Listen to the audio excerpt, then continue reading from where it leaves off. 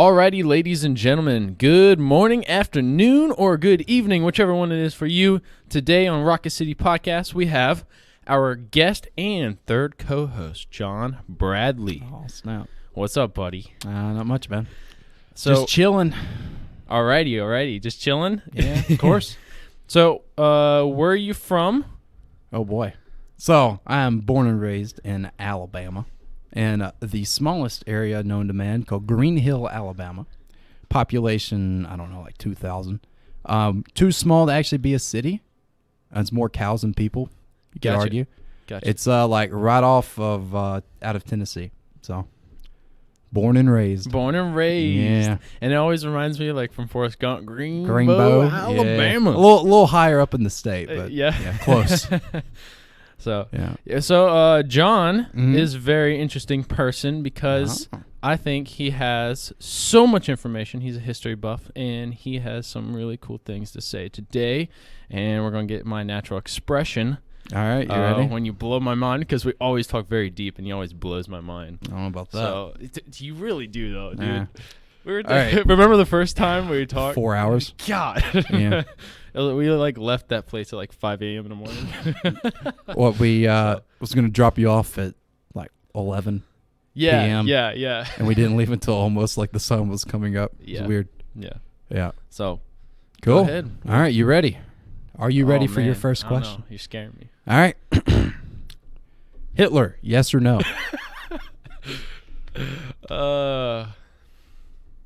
It's just Hitler, yes or no? Yes or no? Well, now here's the question, right? No. Right. So no. No to Hitler. Okay.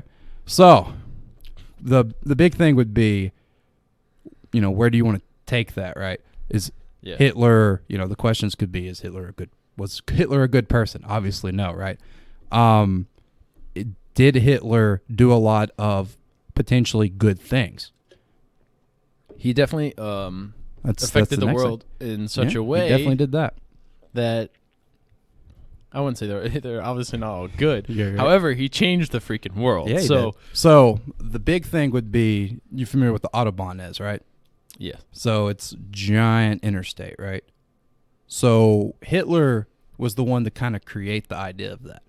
Really? Yeah. So the Autobahn is actually what made him Time Person of the Year in like the early 30s.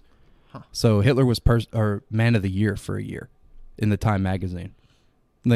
That's referenced a lot of times as like good or bad people being the person of the year. Huh. So Hitler created the Autobahn, this long strip of road, because if you're in war, you won't be able to move tanks across the road. You also won't be able to land planes on the road. So after World War II, guess what America used?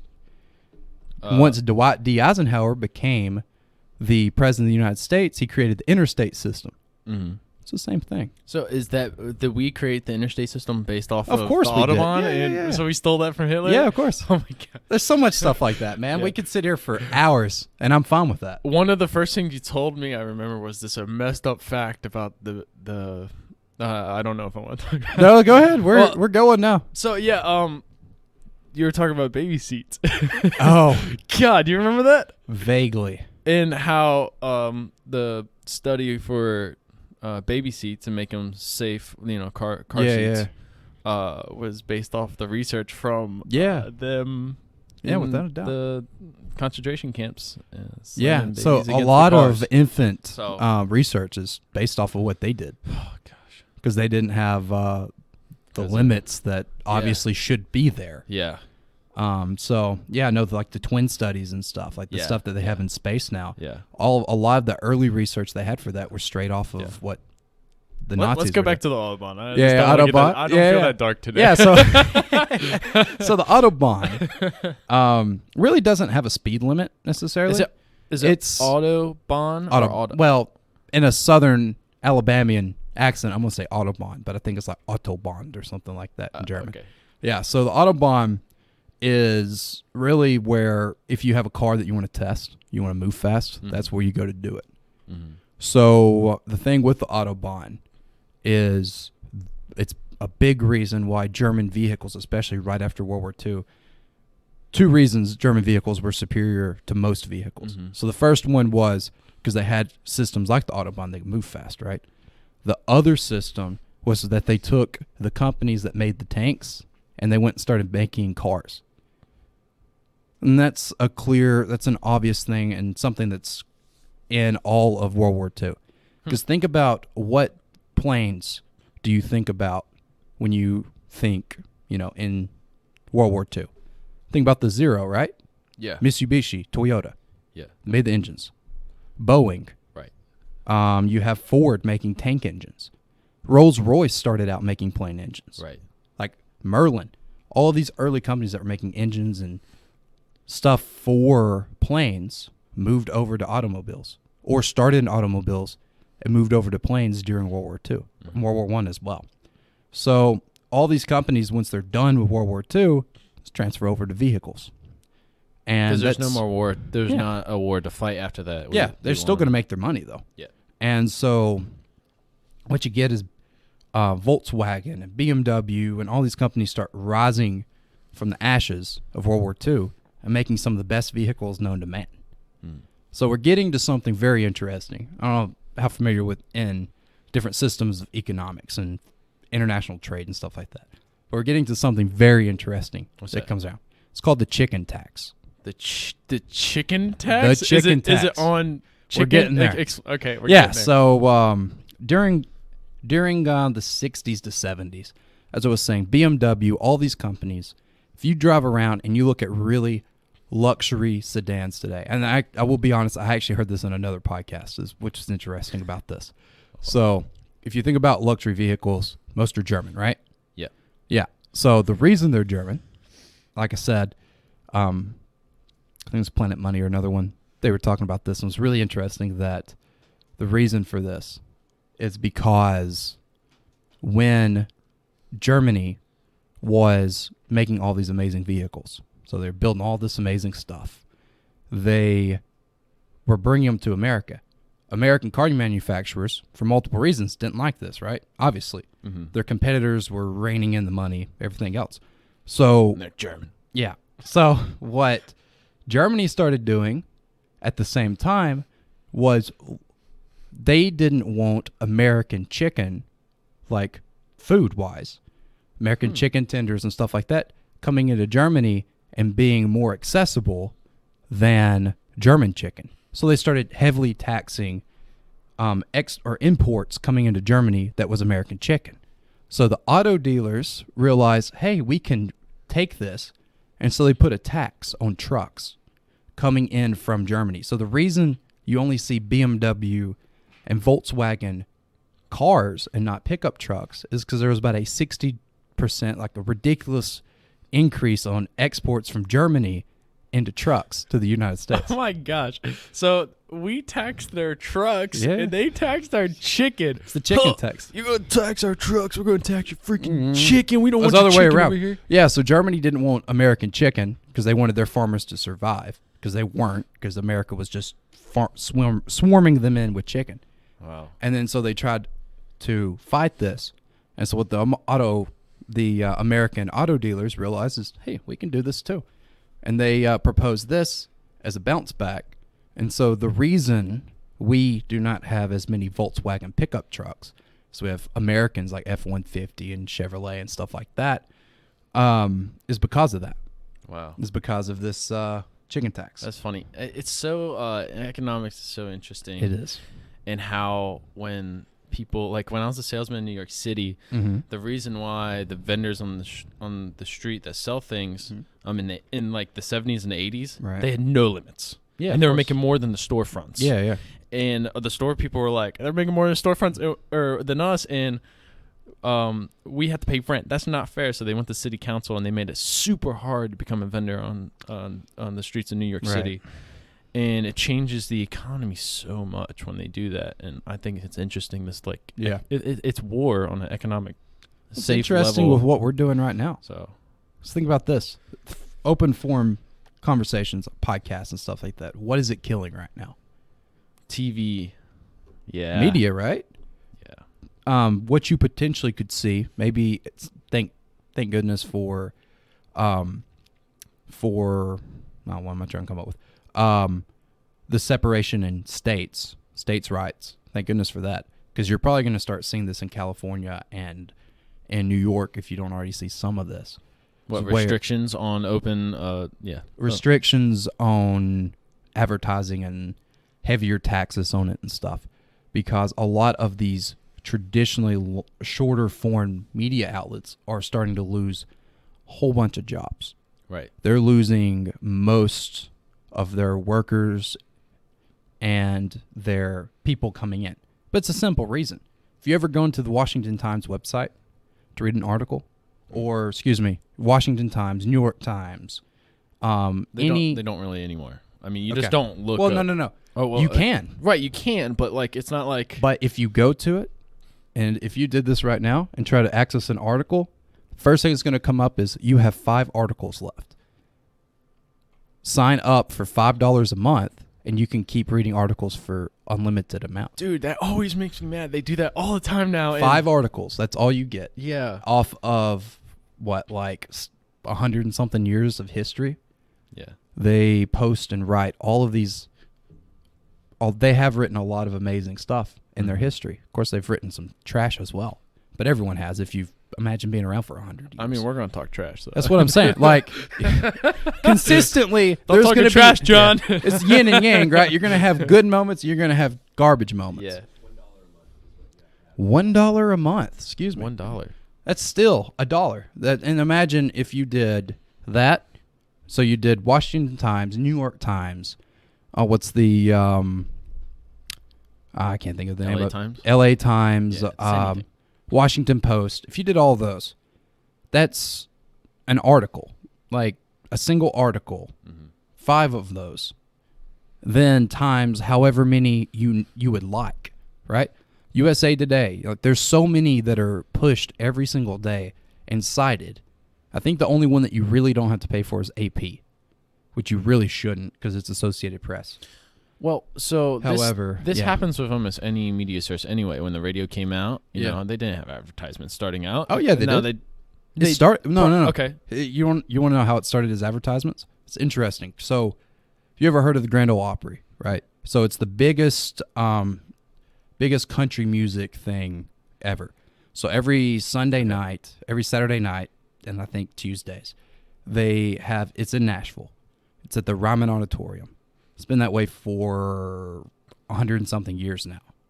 So the original Grand Ole Opry was created by an insurance company that wanted to advertise their insurance company. The company created We Protect Millions or something like that was the name of their logo. Yeah. So they used that to create the Grand Ole Opry. The Grand Ole Opry is still there today. It's considered the biggest honor to play in country music. And it all started because of an insurance company buying a radio station and having there you go, yeah. National Life Insurance. Yeah, so that's the company. And was it We Serve Millions? Is that what it says? National Life Insurance purchased the Rieman Auditorium for $270,000. Yeah. They purchased. Yeah, but the radio station. Yeah, it's We Serve or We Protect something. We Cover Millions, something like that. Okay. So with Grand Ole Opry, they sold flour in their songs. So the first 20 years of country music, solely just advertisements. It's like a whole breakup song about soap to sell a bar of soap. That's all country music is. Same thing with early any commercial music. That's why it's called commercial, right? It's called commercial music because it was selling advertisements. Oh, well. Right? You just don't really put 2 and 2 together. Yeah, so commercial advertising is, that's why, like I said, ads are called commercials because commercial advertising was originally just music. That was commercial advertising. Was any song in from 1910 to 1950 or 60 were advertisements. So that's kind of what existed back at that point was Mother's Flour And then it'll be a full hour of music provided by Mother's Flower. What about TV when TV came out? Because what my point was okay. before Yeah, is like, radio comes out, then TV, but then those are the main sources of attention for the audience, and that's where the advertisement moves. And so it's very interesting.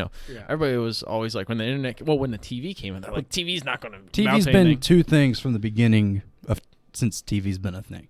It's been advertisements, and what do you think the other is? 50-50. Advertisements and propaganda. Right. That's all TV has really ever been. Because think about the first sitcoms that you can think of. They are pushing a narrative. They're pushing a character that is likable. Really, the first sitcom I can think of, like, periodically is... I Love Lucy? No, it's actually The Honeymooners with Jackie Gleason. Oh, okay. And so it's black and white. Jackie Gleason... he's also in Smokey and the Bandit. I don't know if you've ever seen Smokey and the Bandit. He's Buford T. I know Justice. I should. Yeah, it's a good movie. but yeah, so Jackie Gleason's like one of the very first sitcom actors. And black and white, I believe it's like late 40s, early 50s is when it like first started. It's a very old school show. And the big phrase all the time is, "To the moon, Alice." So... Yeah, you've probably heard that, right? Before, yeah, it's famous. So it's like the first catchphrase. So shows like this start coming around, like I Love Lucy and other shows. And this is where you see these advertisements morph, and this propaganda morph into TV shows. So have you ever actually watched a soap opera? Yeah. Yeah, so they're on today, right? What happens at the end of each commercial break, or the beginning of each commercial break? I don't know. This show is provided to sponsors alike, and then they start saying Charmin Ultra, and they'll advertise. That's still today. Yeah. That's still a thing today. Yeah. And if you watch in some of those shows, not always, because some of them it's more lucrative just to have those plugins between commercial breaks. But some of those shows will actually show the advertisement inside the show. And that's been a thing since the very beginning. Yeah, like so I've definitely seen that where so they're advertising what it we're in the doing shows. right now is a completely different thing. Right. Because how many advertisements do you see in this camera feed? But then a lot of people now, though, they do affiliate marketing. Yeah, or they well, they had the products, and then they do. And different things I agree like with that. And so But- it's moving more into that. And it is. But what I'm saying is you have this essentially a grassroots movement coming along that's an independent market where people are people, like the people that we're representing. It's me and you. Like, I'm not representing anyone other than me and you, all three of us in here. Same thing with you, right? Yeah. Like, that's the only people you're representing. Yeah. People making sure, we say polite, reasonable things and have a good conversation is us. Right. Like, the only people would be suffering from us making a mistake is us. Which, ironically, if you think about that, it's interesting. That means we're going to do a better job of not making those mistakes. That is interesting, and I think the internet's opening a way for going back to, like, at the start of the Industrial Revolution. Yeah, of course. They had people in factories, and you had to please those people, and they had to do the little jobs and that. Right. It's giving us back that, what is it called? This, like, we take into our own hands and our skills. Yeah. It's like contract work basis. It's how they did it in the medieval time. What is that called? What is that? What type of economics is that? Like you go to your blacksmith to get your sword repaired, and then you go to feudalism. Yeah, feudalism. But in a way where from the internet, it's the audience and the attention you can grab. Yeah. Well, you're and reach out to. definitely seeing a weird shift right now, Right. where people are going back to specific roles. Right. So in the greatest generation, let's use them as an example, the guys that grew up in the Great Depression, then fought in World War II. Yeah. How many different jobs did they have in life? It's usually Two or like three. 2 or 3, yeah. Yeah, at most. Like, they probably, and I mean, like, from the beginning of their life, they probably were a bag boy or worked at a grocery store or a farm till they were like 17. Then they joined the Army, and then once they got out of the Army, they got a fairly good job and worked there for 40 or 50 years. Yeah. What about the generation right after them, the baby boomer generation? How many jobs have they had? The average is about 5 to 7, if not more. Really? And most of them have not actually served in the military compared to their parents. So what is ours, like 50? yeah, so currently, I have to look up the stat on this, but the millennials and then Generation Z, which is what we all are. Yeah. I mean, I've had 2 or 3 jobs. I'm sure you have. I've had 10 Yeah, that's what I mean. already. And like my career, whatever that may be, I'm still trying to figure that out now. Dylan, how many jobs have you had? 17. 17.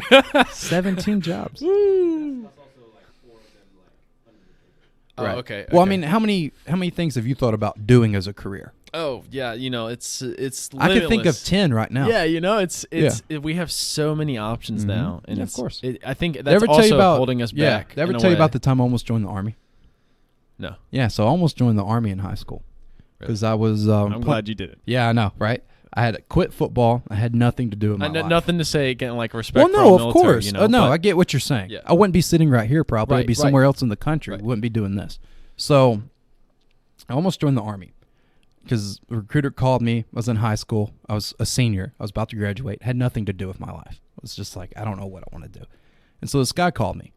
And I answered, talked to him for a little bit, and decided, you know what? I'm going to join the Army. There's nothing else to do. Might as well do something. So I started to get into shape, did everything, got everything figured out. And then he was supposed to meet me to sign the initial papers. Like, hey, this is what track I want to do. This is all this. Supposed to meet me, I believe it was like April 10th or 11th, 2016. It was like around that time. It was in April of 2016. It's like the second week. So 3:30 is when you're supposed to meet me. So I got into the counselor's office at 3 because I'm going to be 30 minutes early, as I usually am. And so I sit down and I wait. And I wait until 7 p.m.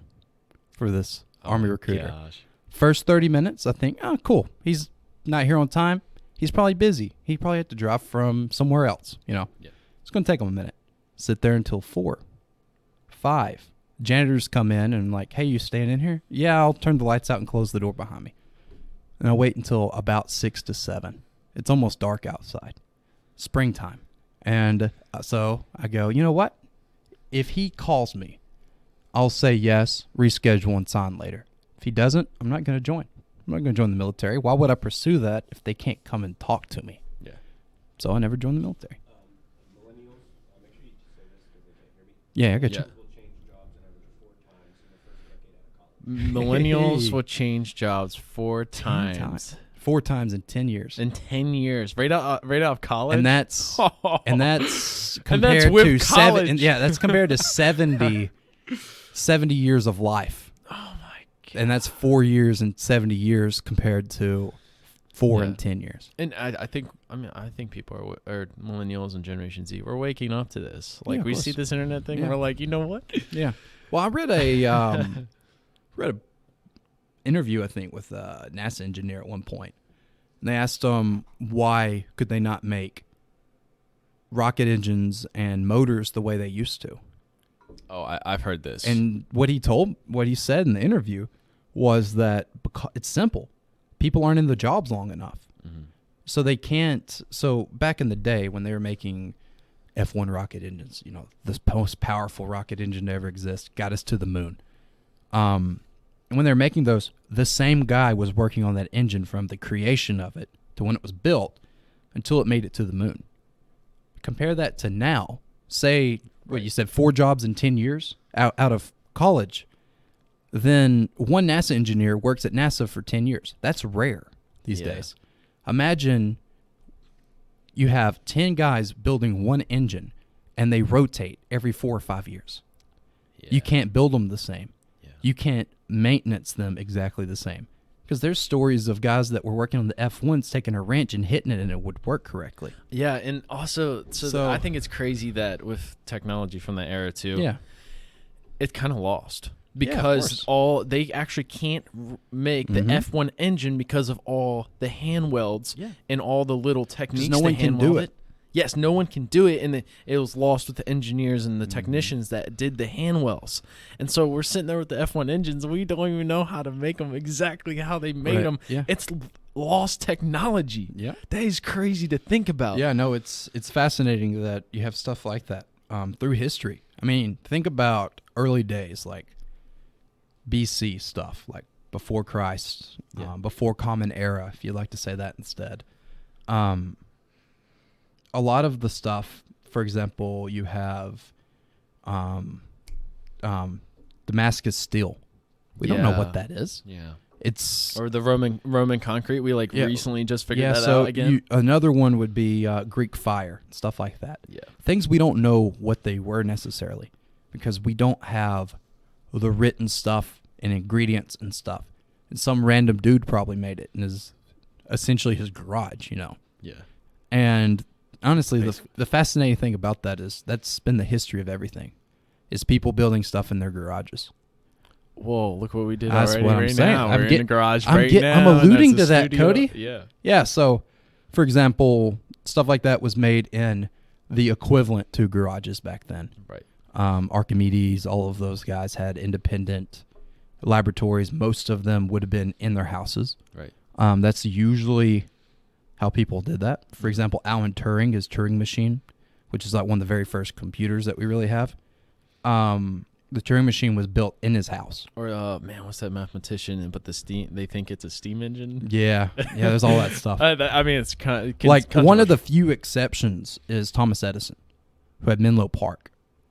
So Menlo Park was his own private out off of his building. Like he has his own private building. Okay. Where he'd recruit scientists and engineers and build stuff at his facility. That's pretty sweet. So he's like the one of the few exceptions because he had his own personal area laboratory to go to. Mm-hmm. But yeah, so like anywhere from music to creating things in the early days. There was a kid in a gardening shed. I guess this was in the 60s or 70s or 80s. He wanted to build a science project, and he was a little crazy, and he built an atomic bomb. A nuclear bomb. What? Whoa! What kid? What, Yeah. The See? atomic boy. Yeah, Who the you atomic talking about? Yeah, he's a Boy Scout that How old was he? 15 or 16. Yeah. He was 15. young. So he wanted there was a badge that he wanted. There was a nuclear badge. And so he went a little hardcore on it, started reading chemistry books and stuff. And he started taking things that had very low amounts of radiation in them, scraping them together until he had made a warhead. Jeez. And it melted down and took out the CIA, FBI, everyone had to come in and like clean everything up and make sure everyone was okay. that is amazing. David Hahn. Tried to build a homemade neutron source at 17. There you go. David Hahn tried to build a Neutron source. neutron source at Which is- yeah. 17. Well, he really what he did is made a collection of so much uranium and stuff that it melted down because he didn't really have reinforced concrete and stuff to make a safe container. The Yeah. pictures of him, he has Yeah, his yeah, face peeling Yeah, off. so, oh my I God. think so he he pa- got radiation poisoning. How old was he when he passed away? I think he actually committed suicide, I believe. He lived to 40 years old. Yeah. He lived to 40 years old. The chronic pain and stuff was just, I can't even imagine. Yeah. Yeah. Yeah. He died I knew it was 30 recent. years ago. I knew it was recent.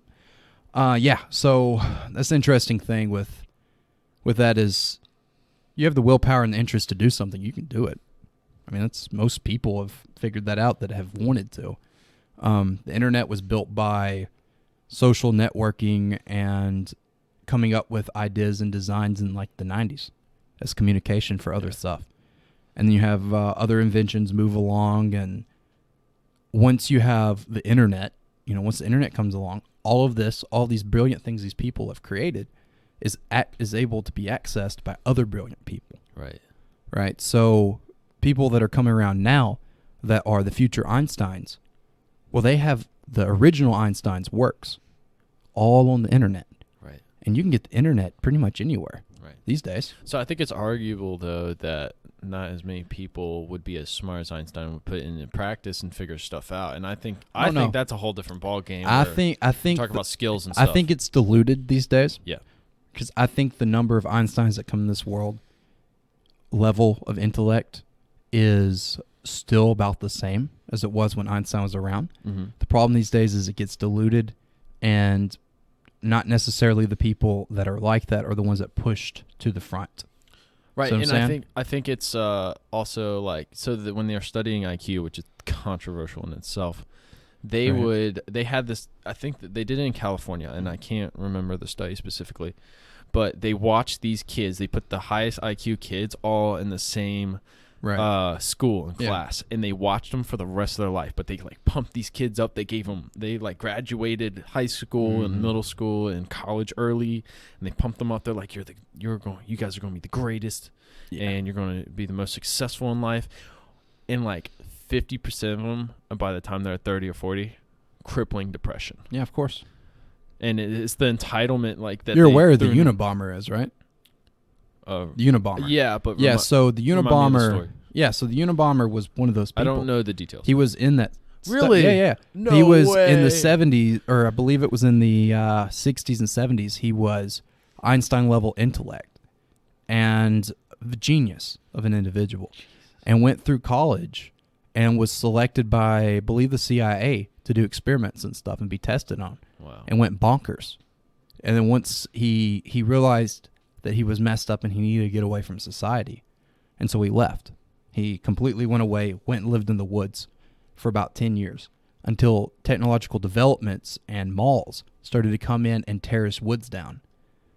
And so what the Unabomber did is he realized what was going on, and so he started targeting the people that were building all this stuff around him and the politicians that were pushing these things and supporting destroying the things that made him, in his own mind, normal.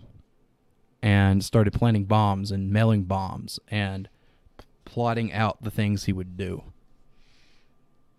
How far did he go? I'm not too familiar with like so the he planted, results. Believe at most, you might want to double check me on this. I think there was like 4 to 8 deaths in total. A lot of injuries, burns, and that type of thing. Right. But mostly it would be like planting bombs in mailboxes and stuff like that. Wow. And he was doing this when? What time era? Believe 80s and 90s. 80s and 90s? Believe so. Yeah, we'll get a double check on that. But that's that's crazy. I didn't know he was a part of that group. It was between 1978 and 1995. Between 1978 and 19... Yeah. Killed 3 people, injured 23. Yeah. Killed 3 people, injured 23. Mm-hmm. 1978 and 1995. 95. I knew it was 80s and 90s, so... Okay. Yeah, but yeah, Unabomber. There's plenty of other people like him, too.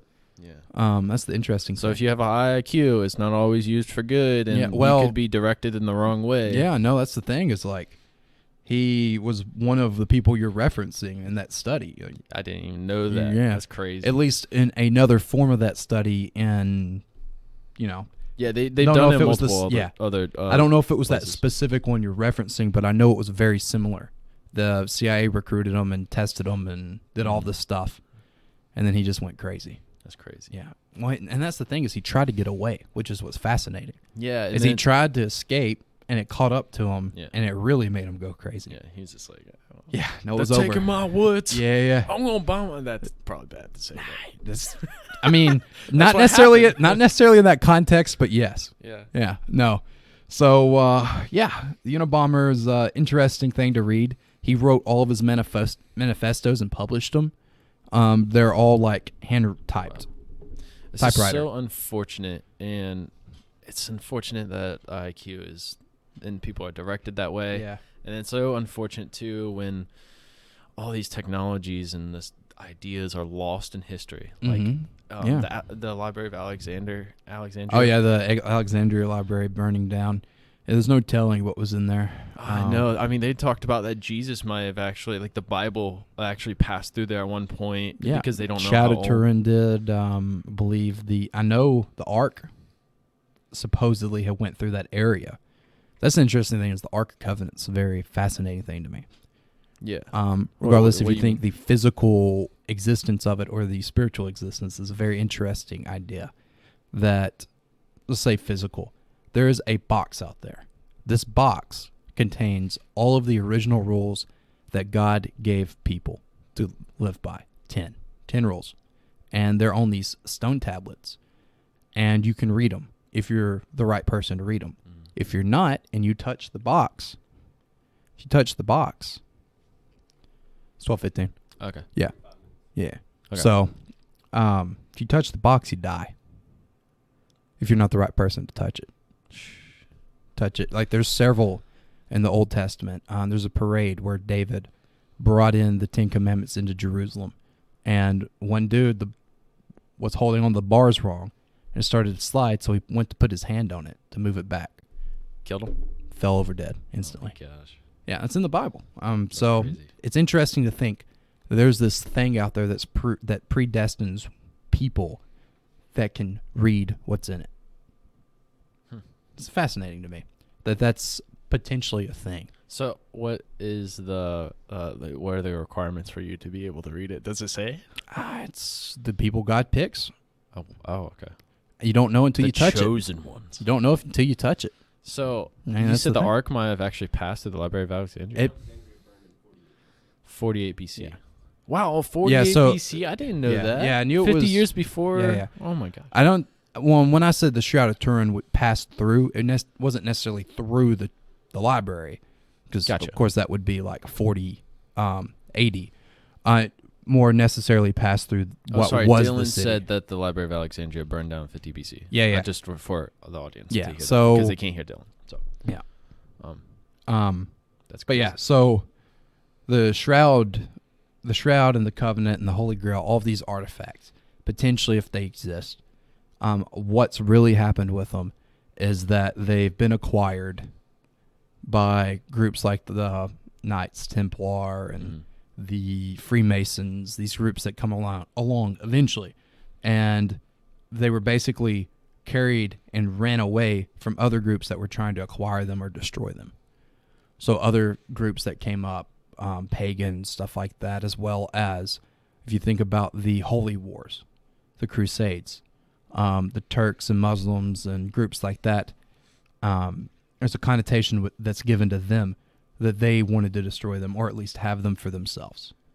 Right, And because so, it's their powerful weapons potentially. well, either that or if you think about it, since a lot of what's written with the Quran and stuff like that, the same gods for them. It's the same, Right. same beliefs. It's just that Muhammad comes along after, and Muhammad is the great prophet. And so the Quran would have the levels of the 10 Commandments, what Moses had, arguably in an important light, just like the Christians would, potentially.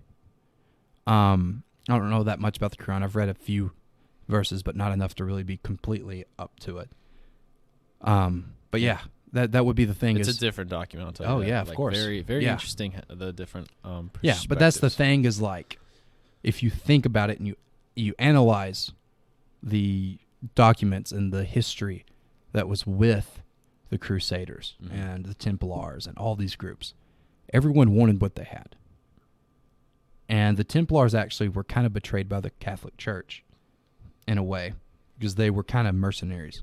And that kind of ties into what we were talking about earlier before we got started. Kind of what I really want to talk about was the Magna Carta. Okay. So, think about Good Robin Hood. transition there.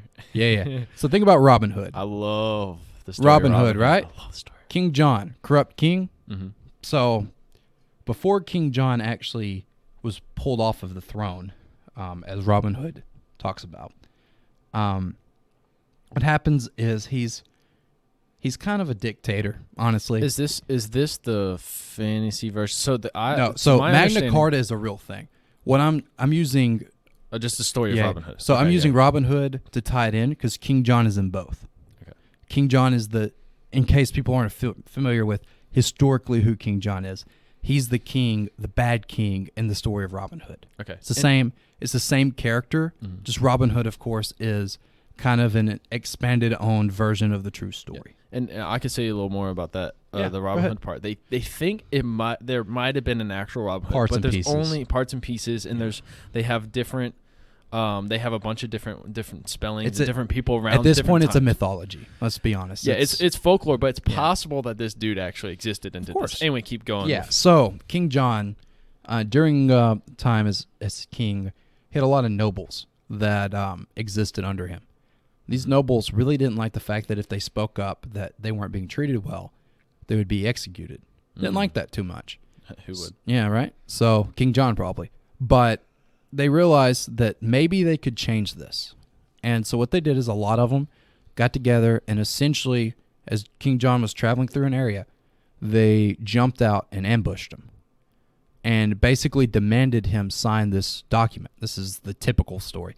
There's other versions of this that King John was adamant and willing to sign it. You know, this is just the version that's most common, is that King John was essentially forced to sign this document that gave some of the nobles power. And so King John signs this. Of course, you notice I didn't say that gives everyone power. This isn't what comes along eventually with the United States. That gives everyone free will, free power as a person. Now, this is just like the nobles get this. The really rich guys. Just the nobles. Yeah. Okay. This is way before any of the stuff that we know today. This is before nations are a thing. But this created the idea. Yeah, so this is one of the very first versions of this. Okay. At least the one in Britain that we can predate the furthest. So King John signs this, signs it up, signs it off, puts his official stamp on it. The problem is, at this point, what do you think the biggest reigning power in Europe is? Catholic Church. Oh, yeah, duh. So, do you think, if you're the Pope, you were the leader of everyone, do you think it'd be a good idea to let this group splinter away from a king when your job is to select and approve kings being the people that run the countries? No, right? So that's what he does, is he essentially rips up the document and says, no, you're not allowed to do this. And Britain, being the place Britain is, doesn't really like this too much. And so this creates the very first spark of rebellion and civil war in Britain that moves along for a very, very long amount of time. You see it with Oliver Cromwell and the Roundheads. They do the same thing. Oliver Cromwell is not a king. He's a soldier. And the Protestants kind of splitting off there. That kind of of course. Yeah, so Henry VIII, of course. So Henry VIII pulled away from the church because the church no longer was approving his divorces. Yeah, that's a whole thing. So there's a reason that they were letting him divorce a few times. Yeah, because he was beheading the ones he couldn't divorce. Yeah. So he was just offing them so he could marry again. So the choices were, let me divorce her or she's dead. And so that was a thing with him, is that the Protestant Reformation, at least the Anglican Reformation, which is the Church of England, which is the American equivalent is the Episcopal Church. Which I grew up in. So I've known that story my whole life, and I've always thought oh my gosh. The whole religion is based off of a dude divorcing. Or chopping heads. Either chopping heads or divorcing. You get to choose, Catholic Church. Jesus. Yeah, so I love Episcopalians. But no, they're fun people. Yeah. But yeah, man. So that's the thing, is from the beginning with the Catholic Church, that's kind of how it's worked, is you push for power, we take it away. And it's the same thing with, I believe it's the 38th parallel. So during the New World, the acquisition of the New World, there were two countries that were the reigning superior countries in the taking of the New World. Spain, and do you know the other one? Spain, France, Portugal. Spain and Portugal. Oh yeah, duh. And so Spain and Portugal start conquering the New World. And what they realize is, once they're in the New World, they're starting to fight each other because they want to fight for the land. Right. And the Catholic Church says, no, you're both Catholics. That's a no-no. And so what the Pope does is he creates the 38th parallel. And so off of the 38th parallel, is that the right one? Yeah. So there's a lot of parallels out there. So the 38th one. There's still like 39, 40, stuff like that. Look up how many parallels are. It's just like the... Yeah. Latitude. Yeah, it's the lines of latitude across the globe. But they like laws? Yeah, well, he used this one as like the cross line. Oh, okay. Yeah, so he said anything across the 38th parallel, gotcha, you can't go to. Okay. So on one side, I believe the east was Spain. The west was Portugal. And so who do you think benefited more from that? Spain. At that point, they thought Portugal. They thought Portugal cheated and slid money under the table. They probably did Probably. to the Catholic Church so that they could get a better job. Ends up with the oceans and everything as we know them now. Arguably, Spain got a better job, culturally at least. Because how many countries in South America, which is where the 38th parallel is, that hurt my ears, not Yeah. So 38th parallel, how many countries speak Spanish right now in South America? All of them. Most of them. Most of Yeah, so seems like all of them. yeah. I don't know if There's I know two for that sure. don't. I believe it's El Salvador speaks English, is Okay. their main language. And then Brazil speaks Portuguese. Really? Because where the 38th parallel ran was the line for Brazil. I didn't know Brazil speaks Mm-hmm. Portuguese. Yeah, Wow. Portuguese. Yeah, so that's the thing is through the 38th parallel, the acquisition of Brazil, Portugal got Brazil, Spain got pretty much everything else. And that's why Portugal, how they decided to do it was one country, like one providence, as Spain kind of had to split it up because they had so many unique types of people. Right.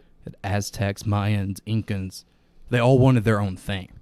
Oh. And eventually, if you keep telling them no, they're going to start rising up. Yeah. And so they kind of let them splinter out. But Brazil is all one country because Portugal was able to control the whole thing. So, Just 4 countries in the South America don't speak Spanish. what are the other two? Just 4 countries. Brazil, Guyana, Suriname, and French Guiana. So just 4 countries in South America don't speak Spanish. Interesting. And okay. Yeah. Where did I well, get the El Salvador thing? I don't know. But yeah, it's interesting. Not El Salvador. Yeah. No, I am wrong on that one. But yeah, so John. That's I all know we good. just got to restart the whole thing. Yeah, so No, this is open mic, man. yeah, I know, That's how right? it is. Open, Mhm. open information. It's all good. But yeah, that's the thing is with Brazil and the rest of Central and South America is that 38th parallel, the Catholic Church is what decided that at the end of the day. Interesting. So do you know why? So popes can have children, right? Yeah. Do you know Yeah. why? Why? What do you think? What would your guess be? I would assume for like power purposes. So they Exactly. Don't, Yeah. pass it So down. in the early days, they couldn't pass their popeships basically to their children. Interesting. That was the whole reason. So there's several popes that did have children, Mm. as long as like in the early days they just didn't pass the power to their children. Wow. Yeah, and also you of course have children that were not through marriage. So those exist, right? Yeah. So there's a lot of popes in the early days, at least, from what I remember, that have bastardized children and stuff like that. So Well, man, I mean, you're not allowed to have children. What do you think you're going to Yeah. be doing in your off time? yeah, but yeah, the whole thing with the Catholic Church is fascinating because you know that was a big thing during the 1960 political or Yeah. presidential election. Because who? 1960? JFK. JFK was a Catholic, Right. and a big thing in that election was, do we let JFK be elected? Because what if he gets into office and says anything the Pope says, I say? Because he's a Catholic, Interesting. right? That'd be a problem. It's interesting how the Catholics still have such influence on the world, Right. and they have a library of things of Oh, yeah. historical We don't know- artifacts that we don't know. Yeah, we don't know what they got. Yeah. Yeah, they're They- guarded with guards with MP7s and MP5s and P90s and Yeah. all these submachine guns. Yeah, To know what document you want to take out in the Vatican. Yeah, you Yeah. have to know what document. yeah. And you Got to be aware of what you got. have to you can go there, check out the document, but like they give you a certain Kinda time new- limit yeah. if you like are Yeah. If you touch you're it- weird about yeah. if you touch it, they're like no, not anymore. No. You can go and look. I mean, there's a reason the But- Vatican is the smallest city with a population of a couple thousand, and it's like one of the richest or countries in the world. Right. It's just Interesting. Worst crime rate per capita. interesting. Well, I mean, Well, what type of crimes are they committing? That's well, yeah. I Really? thought burglaries and That makes snatchings. sense though. That's probably what like one of the top. I thought you were going to say molestations. That's what I was waiting on. That's kind of what I was waiting on. Was that I was about to collapse off the table, but that's exactly what I was thinking. Is and tourism people stealing. because it's kind of the same thing with the big capital city in the Muslim faith, in Islam, is the giant rock Yeah. They got a lot of That stuff. thing is crazy. Look Isn't at it? that whole this compound of everything they have, and they got the giant rock, and when they all make their pilgrimage or there, like that. Yeah, it's is supposed to be like a crazy. meteorite, right? Something. Yeah, it's supposed to be like the meteorite that Muhammad saw or something in that context. I don't even know if it's. I don't know if anyone knows if it's an actual meteorite or not. I don't know. They might not let them know. Yeah. But yeah, the Catholic Church is a very interesting thing because it's the clearest example of a religious group controlling a whole bunch of people. Yeah. It's obviously not the only version of this. No. It's just the clearest, most obvious one we have. So it's an interesting example. Scientology. Yeah, well, it's the That's a most crazy recent. one, too. Yeah, Yeah. controls a lot of people. Yeah. Magna Carta. Yeah, Magna Carta, baby. Magna Carta. We're gonna have a copy of Magna Carta. In Yeah, here. we are. That- Where you want it, just like draped. Yeah. Wait, is it that big? It's long enough to read. If you know Old English, you can read it. Holy cow, that's pretty neat. Yeah. Yeah, it's in ye olde English. Ye Old English. Mhm. The Robin Hood book I have Mhm. about the story is actually in like Old English, and when I read Oh, it, that's I cool. start like talking in Old English. I'm Yeah. like, stop it, Get stop. dapper, wear the top hat and the monocle. Well, not even that. It's like even older than Yeah. that. It's almost like if you walk around and you're like talking to people on Get the your own road. surfs. Start taking dumps and pots and stuff like that. Yeah. Yeah. Yeah, it's all interesting yeah, stuff, yeah. man. Yeah. Yeah, so what's the other thing we're going to talk about? Rock and roll, right? You mentioned something about rock and roll. I What just didn't know where do you think the phrase, you might know this, do you know where the phrase rock and roll comes from? Nashville. Huh? Nashville, Tennessee. No. Oh. No. Dylan, do you know, without Googling, do you know what the phrase rock and roll means? I have no idea. Okay, Dylan has no idea either. All right, you ready for what the phrase rock and roll means? What? Think about physical things you might do where you might rock and roll. Don't tell me it's rock, paper, scissors. No. No, think about it. Rock and roll. Rock and roll. Where, Cricket? if you were in your everyday life, in your house, where would you might possibly rock and roll? In a chair. In the bedroom. Oh, So the phrase rock and roll yes. comes from sex. I love it. Yeah. That's amazing. Yeah, That makes so sense. in the early days in blues songs, they would talk about rocking and rolling. Yeah, so yeah, in the early days of rock and roll, yeah, see Dylan's nodding over there. It is. Yeah, From that? Okay. yeah, so for rock sure. and roll comes Yeah. from blues musicians and jazz musicians and stuff. It just literally means to have sexual. Yeah, To have sexual Yeah, have intercourse. sex. Rock and roll. rock and roll. Wow. It's rock and rolling. Yeah, yeah. So that's where the phrase, believe late 40s, early 50s is when it became a thing. Of course, the biggest musician known for rock and roll in the early days was Elvis. Of course, he wasn't the first. Earliest was 1914. 1914. Well, that's that specific phrase being used, right? The first. Yeah, time the was phrase. used, Yeah, 1914. so the music itself, the style of rock and Yeah. roll, comes around, I believe, like the earliest is mid to late 40s, right? 1932. 1932. There you go. Yeah. So Hall Roach. Hall Roach. Hall Roach. Yeah, because 1932. do you know what the first big rock song, international rock song was? No. Okay. You might want to look this up. You We're ready? just looking everything up. You're Rock saying now. Around the Clock. Rock around the clock. No, I know that's the first big rock song. I'm not saying look that up. Yeah. I'm saying get it ready for hearing a little bit. Yeah. So you can hear this. So I don't know if you want to hear. I don't think you want to hear it through this. No, well, you can't. Well, yeah, let's not. Do Yeah, that. copyright. Let's not do that. Yeah, no. Yeah. But Rock Around the Clock, 1955. Yeah, so 1955 Rock it's- Around the Clock. Yeah, That's you when have, Rock Around the Clock came out. First rock and roll song. No, it's the first internationally successful. Okay. It's the song that makes rock and roll rock and roll. Okay. Now, it's not the first rock and roll song, which is a very important thing to mention. It's also, one would argue, not the best rock and roll song. That's an opinion, right? Yeah. It's also, is it Bill Haley? Bill Haley. Yeah, Bill Haley in the comments. So Bill Haley, the dude in his 40s, white dude, Mm-hmm. slicked back hair, big suit, and he's not who you would think as the face of rock and roll. Really? Yeah, well, who do you think of as rock and roll? Chuck Berry. Rolling Stones. Oh yeah, Chuck Yeah, Berry. early days. Yeah. Johnny Be Good. Gotcha. Chuck Berry is who you think. I love that song. Yeah, strutting with the guitar is Yeah. what you think when you think early rock and roll or Elvis. Mm-hmm. You don't think Bill Haley. Bill Haley was in Germany, and these crazed His fans. No. He was touring the international world. Oh, okay. Like he toured the world, and so in Germany they collapsed the stage around him because they ballroom blitzed it. They charged the stage and collapsed the stage while they're playing. Wow. Yeah, no. Bill Haley was like the first international rock star. Interesting. And most of everything that Bill Haley used, he stole. Oh wow. Like, well, I think it's interesting. Rock and roll is, reference from sex, and then like most songs, like so emotionally towards or about love. yeah, well, Like, love is the biggest emotion in music, it seems. yeah, of course.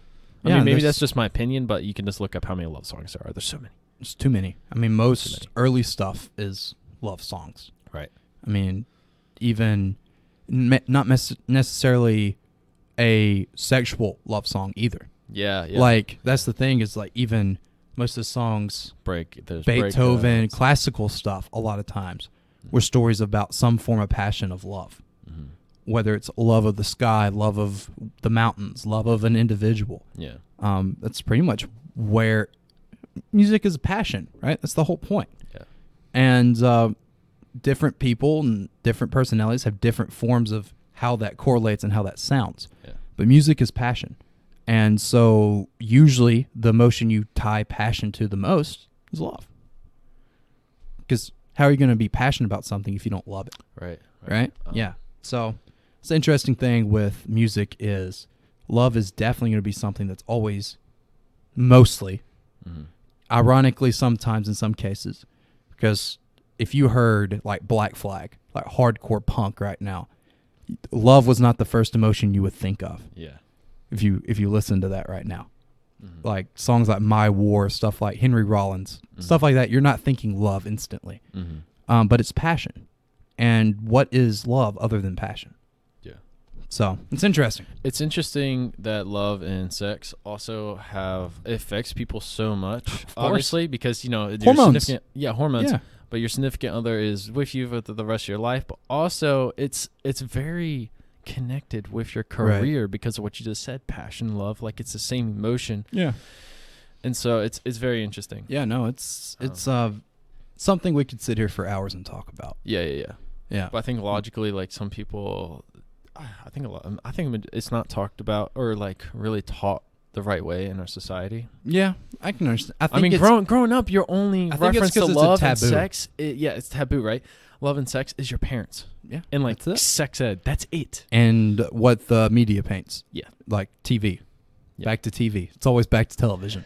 But yeah, that's the thing is that's what we know. What's synonymous, I guess is the right word, synonymous, to love is what our references, what we know as love. Yeah. Like the references and stuff I know from history, it's the things I've read, the things I've listened to, the things I've seen. That's my references to history. The things I know about other things, such as love, it's things that I've read, it's things that I've seen, things that I've been around. It's the same thing, right? Mm-hmm. It's parallel. However, I don't think accurately, and it's kind of the same thing with history, it's presented in the correct format, Mm-hmm. right? But it's also, there's so many taboos. There's so many, Yeah. I mean, talking about sex in the first place, like when I said rock and roll, you didn't expect that, right? No. Yeah. Sex. Just saying the word kind of makes everyone jump naturally. I mean, when you first said it, I actually was like, Exactly. oh, That's are we how it gonna talk works. about that now? Yeah. It's kind of ridiculous, but then I don't know. It makes sense, though. It makes sense. It makes sense because it's typically between two people. Yeah. Away, Intimate. no one's watching, typically. Mm-hmm. So, like, that's the thing, right? It's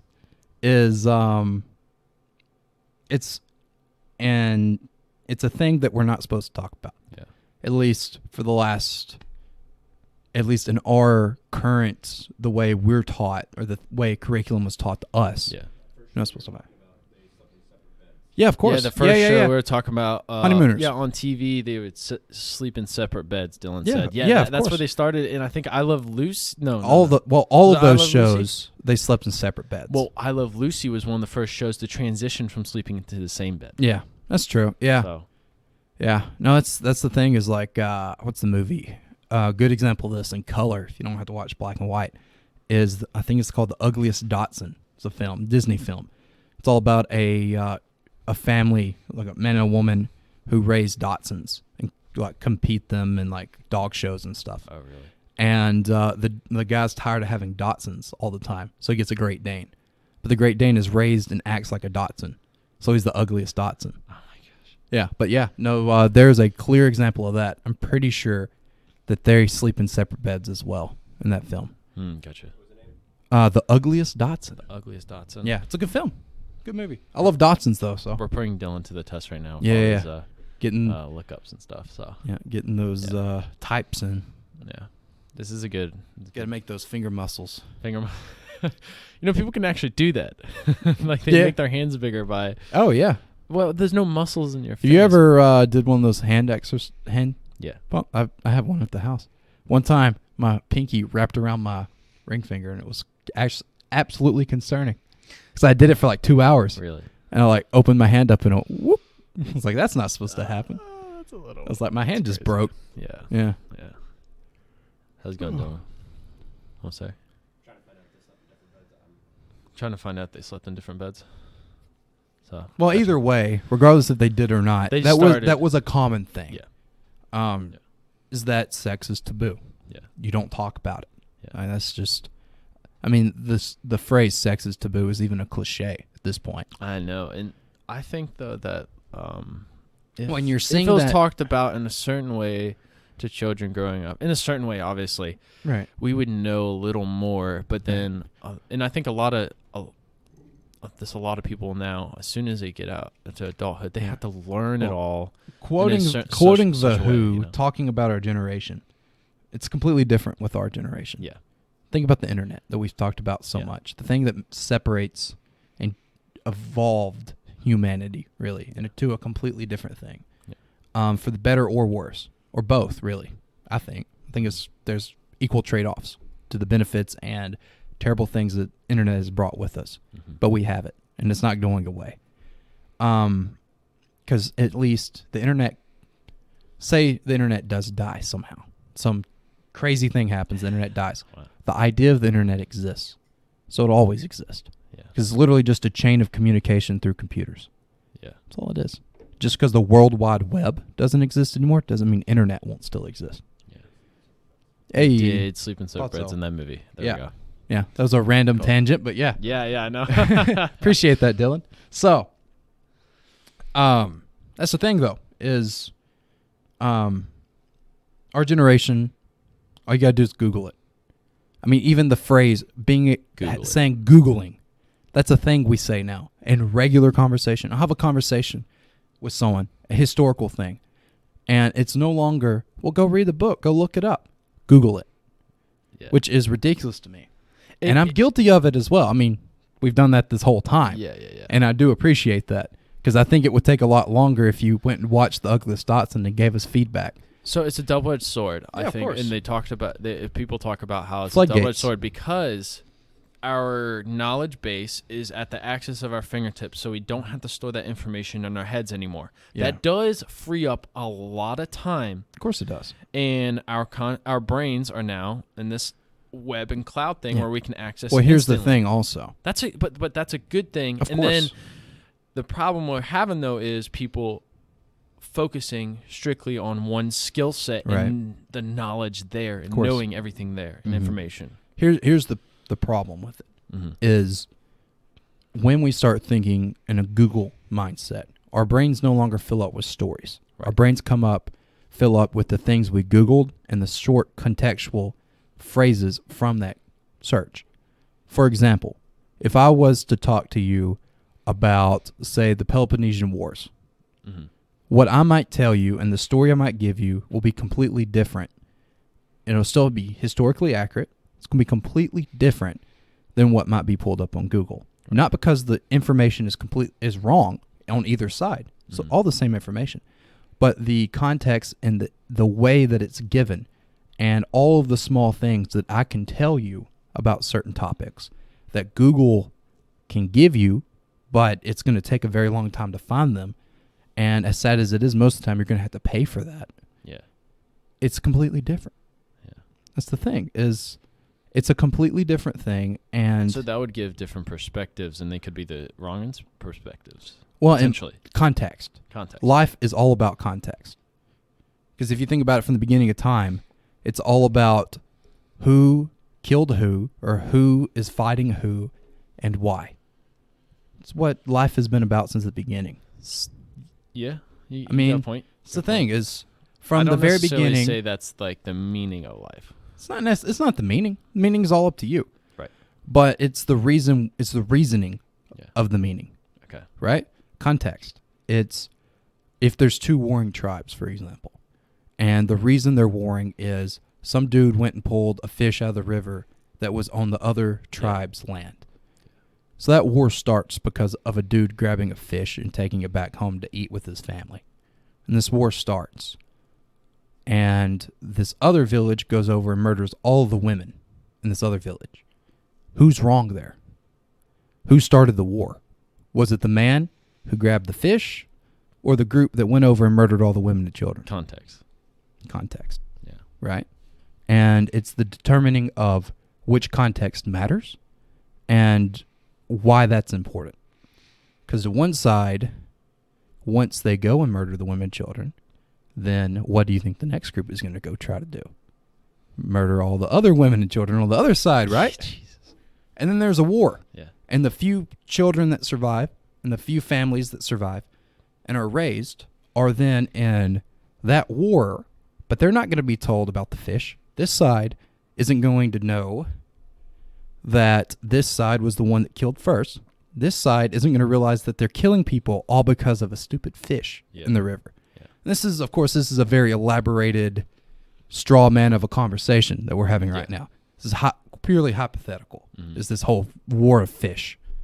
But reasons like that. But it projects the idea of context, right? That's the important thing about it. Is context is extremely important to life, and out of context, everything can make sense, or nothing can make sense. Yeah. That's the crazy problem. Is that's now Googling it is developing like our subconscious and the course. stories we're pulling up, and it's how people are developing themselves. But it's a double-edged sword. good. It's good. It's good in because some ways. It's good in some ways where people, I mean, IQ is rising Yeah. per decade faster than ever. Mm-hmm. We are learning more and faster, and we have to keep Well, up with everything. The thing with me is what I try to do for at least my regular old everyday life is look at the story, look at the context of the story, figure out why this person was motivated to do this, figure out the things that this person made in a mistake, regardless who it is, and then project that on my life and think, all right, what would I do in this situation? Would I do the correct thing that they did and succeed? Would I make a stupid mistake and fail and move on to the next step? You were telling me about this. Yeah. So that's the thing is you, Dylan, everyone that lives right now doesn't have to make the same mistakes that the generation before us or the people generation before them or otherwise or the past made. 2,000 years. Exactly. Or 4,000 or 6,000, whatever civilization. Yeah. Since humanity has existed, if we read the history of the people that came before us, analyze their mistakes, analyze the people before them's mistakes, and the people before them's successes. Because sometimes that fallacy of ignoring what the people before you did successfully is what ruins the people after. You know what I'm saying? Yeah. So looking at what the people before us, it's a step, it's a set of stairs, right? It's boom, boom, boom, boom, boom. Yeah. We're down here. We got to climb back up the stairs to go back down again. Yeah. And that's very, there's a lot of repetition in that, right? Yeah. It's not something everyone wants to do. But if you want to succeed in life, I feel like that's a very important thing to do. And to understand. Yeah, is you need understanding. And that's kind of my thing is like, context is a very necessary thing. Yeah. And you need to analyze the context of why someone did something so that if it was a good thing, you can do it. Yeah. But if it was a bad thing, don't do it. And that's the whole purpose of studying history in general. Well, that's and the whole understanding. point of the Bible and every written book from the beginning of time. Yeah. Is giving people, future generations, that context. Yeah. It's Jonah in the well. It's Noah's Ark. Noah's Ark, for example. Be good in God. Otherwise, if you're good in God, you'll be blessed with all the generations after you will be from you. You will be the father of all generations after you. If you're bad in God, you're going to drown. Yeah. And God is going to resent you, and you are not going to exist anymore. Nothing you ever did will exist. That's interesting. It'll be literally washed away from history. That's the whole point. Yeah. That's the thing. Even if you don't believe in God, that is such quite a message. And Well, it's like is it just about not every the point- religion from that time has the flood story. Yeah. Gilgamesh is the earliest one we Right. know of. Right. I mean, Gilgamesh is the exact same thing, Yeah. just a different religion. Yeah. So the theory is pretty much we figured out there was a great flood. Okay. There was a flood. Mm-hmm. We know that much. The question is, was the flood the same thing? Did everyone just have different accounts of the flood? Or is this story really God flooded this place to get rid of the bad people and restart? That's the question. Yeah. And I can't give you the answer necessarily, unfortunately. Because it's not like we know the Yeah. exact answer, but it's probably the oldest story we have though of any form of No, yeah. The flood's the oldest written story ever. right. Well, Gilgamesh. Right. The Epic of Gilgamesh is the oldest written story that we have. Important to mention that. Yeah. That we are aware of. That has lasted long enough for us to take it and rewrite it and translate it. Right. So there's probably older things out there. Yeah. I mean, we have Neanderthal cave paintings. Yeah. So there's no telling how far it goes back necessarily of what we have. Those are pretty old, and they're uncovering more of those cave paintings. Right. Well, and for all we know, the thing with the cave paintings, for example, you know how they found those, right? How? One of the first ones, from what I remember, dude fell in a hole. Yeah. 4,000 years It's old. the oldest one we're Gilgamesh. aware of, right? Still? I mean, for all I know, 4,000 Yeah. from 'Cause 0 BC. for all I know, 4,000 BC. 4,000 years old. Oh, sorry. So it'd be around 2000 BC. Because But 2000. that's not when they talked about when the flood happened. No, It was no. way before that. That's when we that's how long the story that we are aware of. Okay. That's how long we have Just want to had make it. that clear. Yeah. Yeah, no. This version of the story, as far as we know, is dated back to 4,000 years ago. Not necessarily that the flood existed then. Can you look up when the flood potentially happened? Oh, cool. 12,000? 12,000. 12,000. Yeah. Yeah. Okay. So Yeah. that's coming up a lot on the internet now about civilizations and stories and when the cataclysm was. Yeah. And what might have actually started the flood, because about 12,000 years ago, we were talking about it in another. Well, here's the thing run with we're doing. technological advances. Yeah. We're going to discover more. Well, we dug up fossils. The first full T-Rex wasn't until like 1900.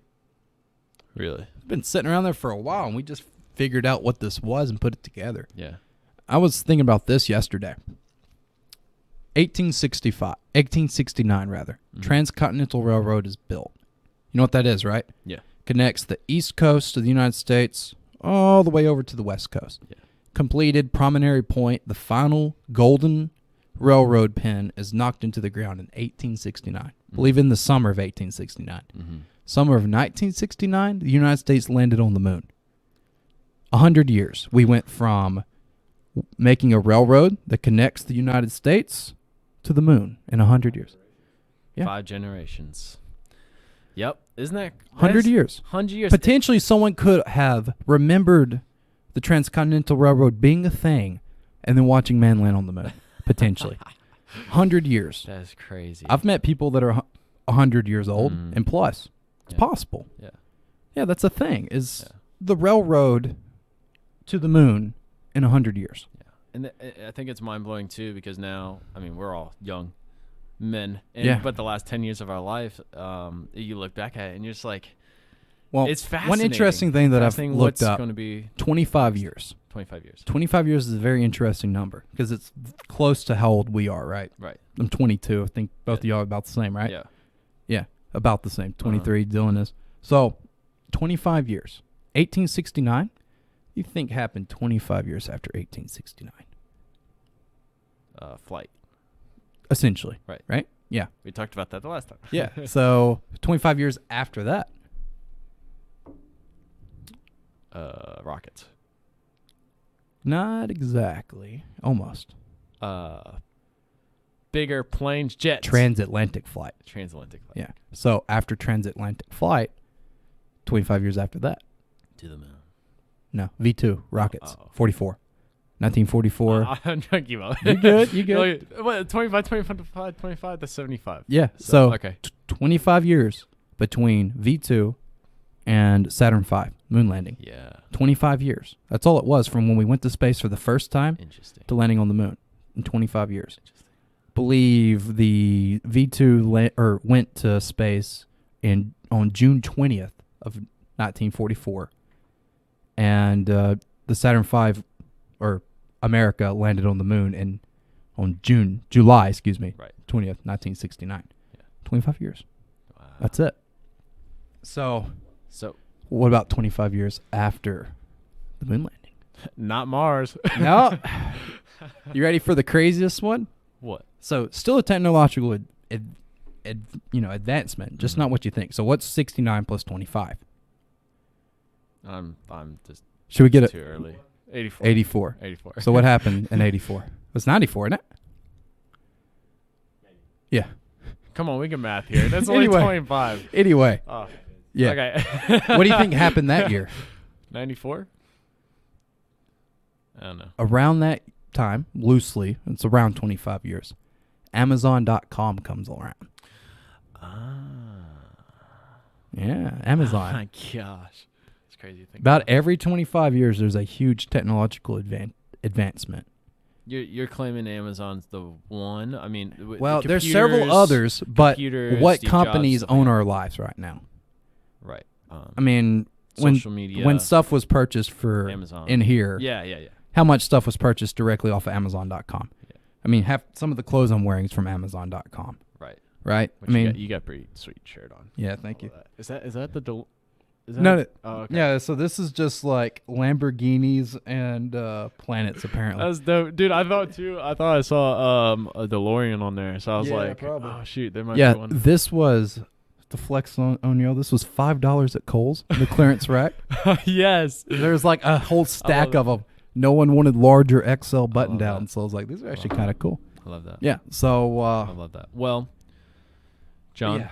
you have so much knowledge just on history and How quite the about that? history buff, and I hope that I know that we're going to have even deeper conversations Eventually, yeah. and it's just going to get even wilder, and I hope we blown some of your minds today with all the information there. And yeah, fist bump, boom. Yeah. Boom. And there it is. There it is.